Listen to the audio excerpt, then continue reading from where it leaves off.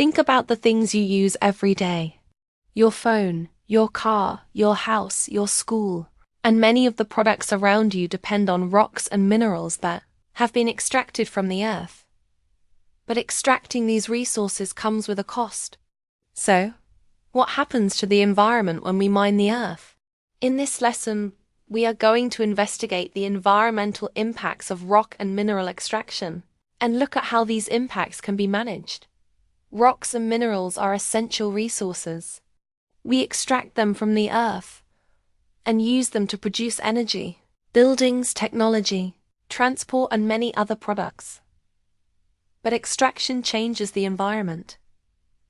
The impacts can include destruction of habitats, pollution of land, water, and air, as well as noise and visual pollution. So, throughout this lesson, keep asking yourself one important question. What is the environmental cost of getting these resources? One of the first environmental impacts of mining is habitat destruction. Even relatively small-scale surface extraction requires vegetation to be removed from an area of land. When plants are removed, they lose their place to grow. But the impact does not stop with the plants. Many animals depend on those plants for food and shelter. So we get a chain reaction. Vegetation is cleared. The habitat is damaged.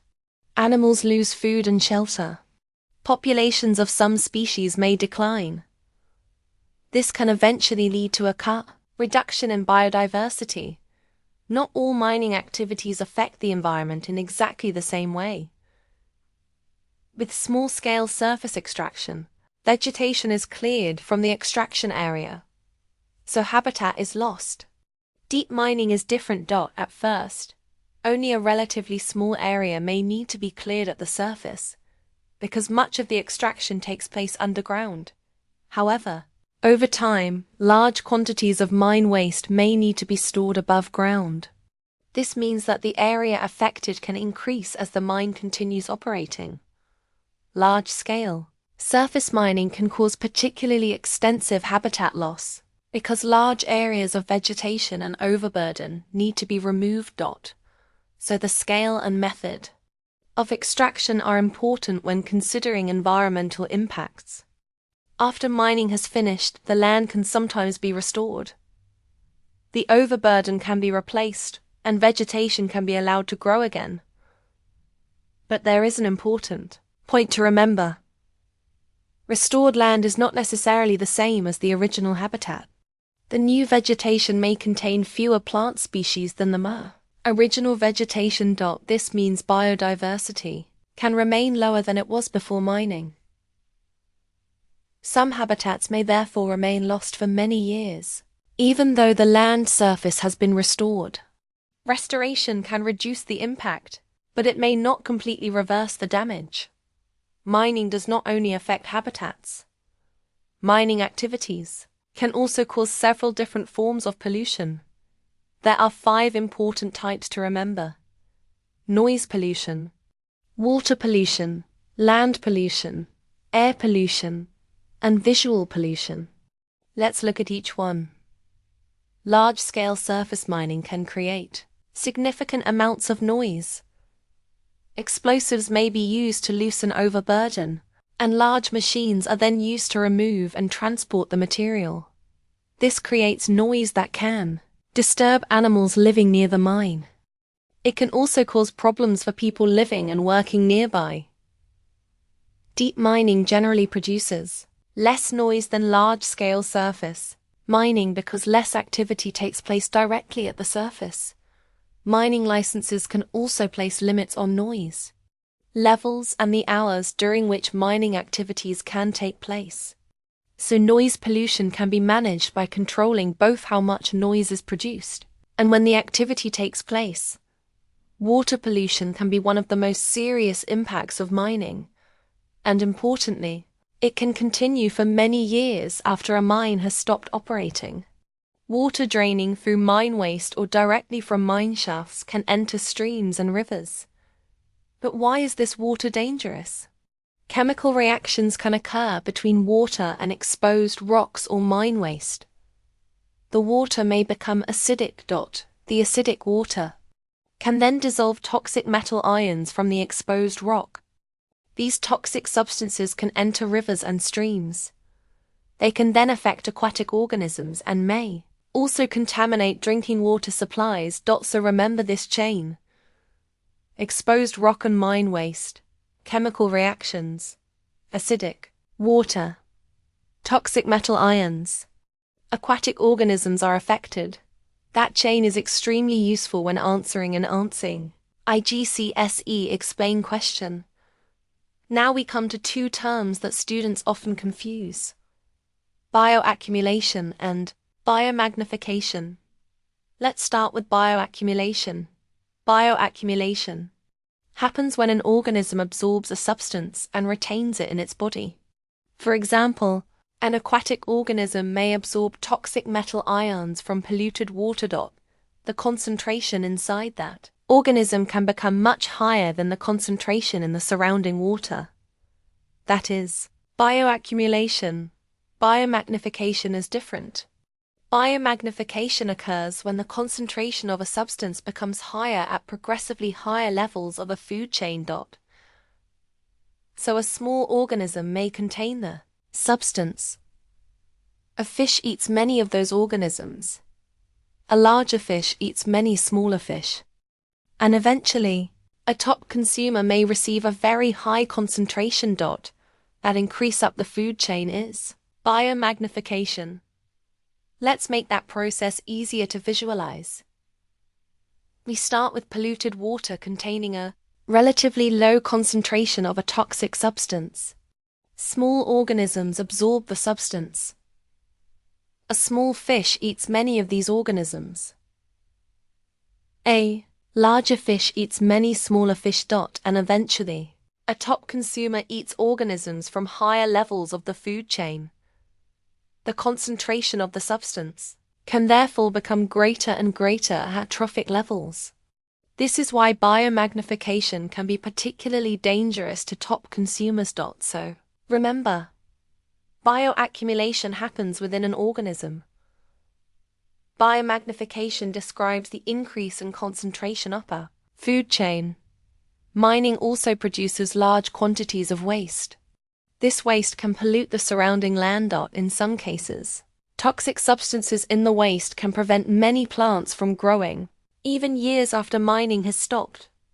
The location of mine waste is also important. If waste is stored above natural watercourses, a waste pile could collapse and cover additional land. This is why careful planning of waste storage sites is an important part of environmental management. The aim is to reduce the amount of land affected and prevent waste from creating additional environmental problems. Mining activities can also release large amounts of dust. These dust particles can settle on vegetation near the mine. But why is that a problem for plants? Plants need light to carry out photosynthesis. If a layer of dust covers the surface of a leaf, less light can reach the leaf. The rate of photosynthesis can therefore decrease. This can reduce plant growth. Some mining dust can also contain toxic substances. Breathing these particles can be harmful to human health, particularly with long-term exposure. Mining companies can reduce exposure for workers by providing protective clothing and breathing masks. However, informal or unlicensed mining can create additional health risks, because workers may not have the same protection. The final type of pollution we are going to look at is visual pollution. Mining can leave very obvious changes in the landscape. Large-scale surface mining can create large excavations, waste piles, roads and other infrastructure. This can make the environmental damage clearly visible. However, visual pollution can sometimes be reduced through careful restoration of the landscape after mining has finished. So, visual pollution may be temporary in some situations, although the landscape may take a long time to recover. So how do we manage all of these possible impacts? One important tool is an environmental impact assessment, or EIA, an environmental. Impact assessment is a process used to assess and measure the probable effects of a development on the environment. Before a mining project begins, an EIA can identify possible environmental damage. For example, it can consider what habitats could be affected, whether water could become polluted, how much noise could be produced, what will happen to the landscape, and where mine waste will be stored. The mining company must then have plans to control these impacts. An environmental impact assessment therefore helps decision makers understand the possible consequences before a project goes ahead. So, should we simply stop mining? Not necessarily. Rocks and minerals are important resources, and many societies depend on them. The goal of environmental management is therefore to reduce and manage the environmental impacts of extraction. This could include limiting habitat destruction, controlling noise, treating polluted water, managing mine waste, reducing dust, and restoring land after mining.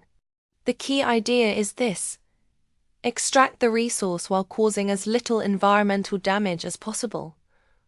And remember that management should begin before mining starts, not only after the damage has already occurred.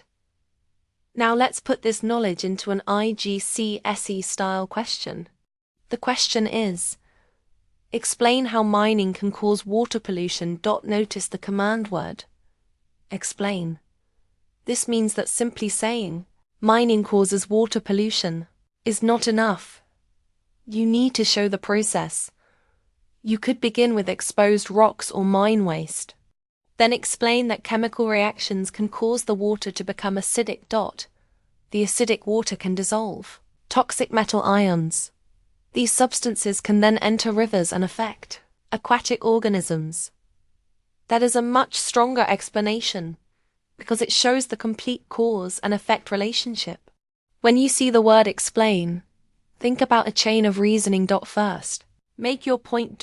Then explain what happens. Then develop the effect. For example, mining exposes rocks and mine waste. Water reacts with these materials and can become acidic. The acidic water can dissolve toxic metal ions, which may enter rivers and harm aqua.